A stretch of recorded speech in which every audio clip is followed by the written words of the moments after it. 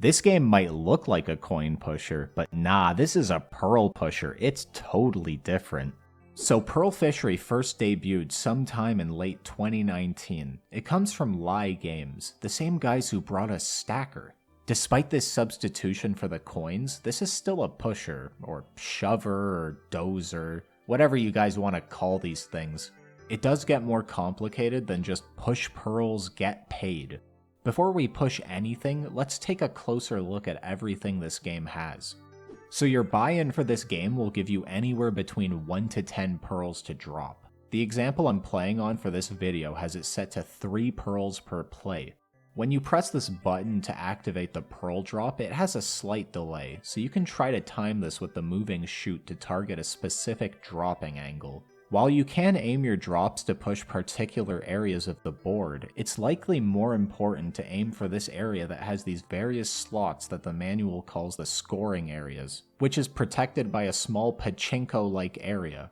Every time you drop a pearl through a small pearl card, it will increment the pearl LEDs, and the same goes for the ticket cards with their LEDs. But when you increment one of them, it will decrease from the other. So these two LEDs are playing tug of war with one another.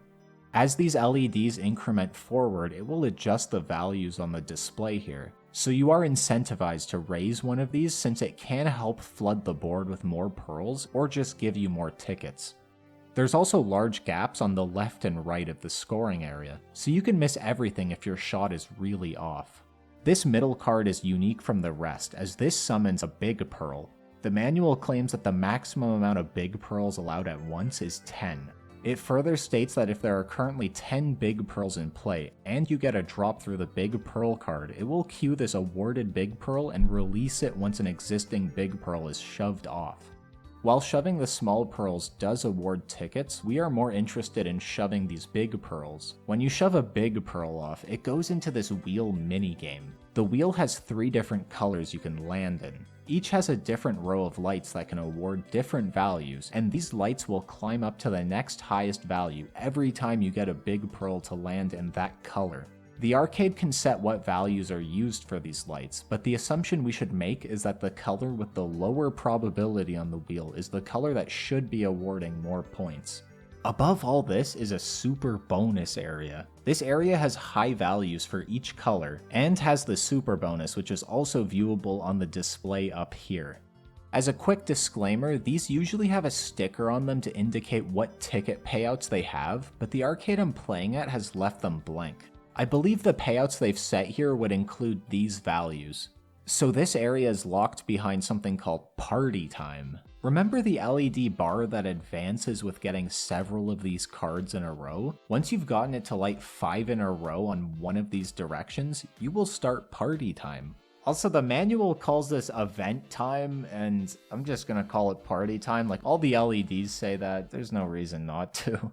Anyways, the manual can set Event Time to be anywhere between this range. This will also lock you into the maximum value for the card type that initiated Party Time. So what is the optimal way to play this game? I think different playstyles will be viable on different configurations. The one I'm playing on for this video feels a bit stingy with the amount of pearls it lets you drop per play, and the payouts for the wheel game feel pretty low. Just like the coin pushers, I think you get more value out of this game the less you play it. You need to let the casuals burn their money on blind plays of this game. After that, you need to be a resourceful vulture and swoop in once a reliable board is set up. If your arcade has multiple copies of this game, be sure to check them all out before playing. Try and identify a board that has the best opportunities. When deciding on the viability of a board, you'll want to check for a few things. How close is it to Party Time? How many big pearls are on the edge? And if Party Time is out of the question, then we want to know how much the wheel LEDs are ready to pay out. You have options with this game. You will always want to play on a board when it has red pearls close to the edge, but these don't matter if the payout on the wheel is too low. Typically, you're going to want to time these big pearl shoves with a Party Time trigger, or you should just go for a stacked up LED and ignore Party Time entirely. The wheel game that scores your big pearls is random, so you can't even guarantee you'll get a specific color. One way to help with this is to try and shove as many big pearls at the same time as possible. These pearls can enter the wheel game at the same time, and once a pearl lands in a slot, it will occupy it until it gets cashed in. This can really help you play the probability game, and getting multiple at once is ideal when running against the party time countdown.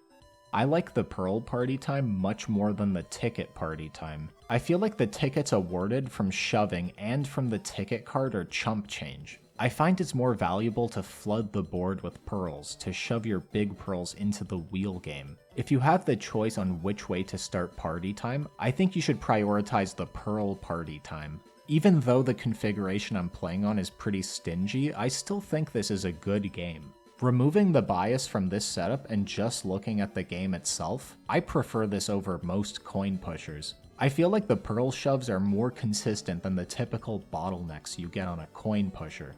That said, I wouldn't say Pearl Fishery is perfect. Even when you are playing on a favorable board, you are still at the mercy of some of the random parts of this game. You can get griefed by the pachinko drop area when trying to start party time, and the color wheel control you when you're trying to score on specific colors. Before party time is started, you can relax and take your time when lining up the pearl drops. But once the timer starts, you have a deadline for when you can score your big pearls. This can rush you into making bad plays and baiting you into paying again to try and capitalize on party time. If you can get multiple big pearls with high cash-in values at one play, this can be a strong game. But in my personal scenario, I'm having trouble justifying this game's payout potential to its neighbors at the same arcade. So the tier placement on this one isn't entirely clear to me. I think it's going to go somewhere here. I don't think it's consistent enough for S, and it's definitely not a bad game, so let's ignore these ones as well. Now that I understand how this game works, I know this one can be strong. If your arcade has it, you should definitely be keeping an eye on it if the ticket payouts and price to play all make sense.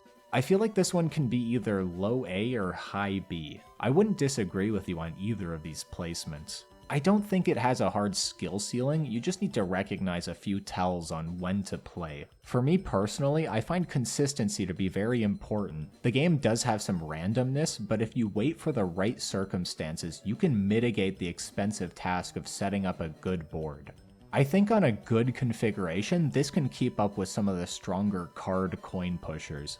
I don't want to base my opinion of this game solely on this one arcade setup. It only allows 3 pearl drops per buy-in, and these ticket payouts on the pearl wheel game feel pretty low. It only makes sense if you can get multiple big pearl drops in one play. From an empty board, one play isn't enough to trigger a party time, let alone get a big pearl from the dispenser to the ledge. So you need to rely on the casuals to make this specific setup viable. It still has some randomness, and like every single game on this list, the arcade can gimp its viability by adjusting the ticket payout or gameplay mechanics.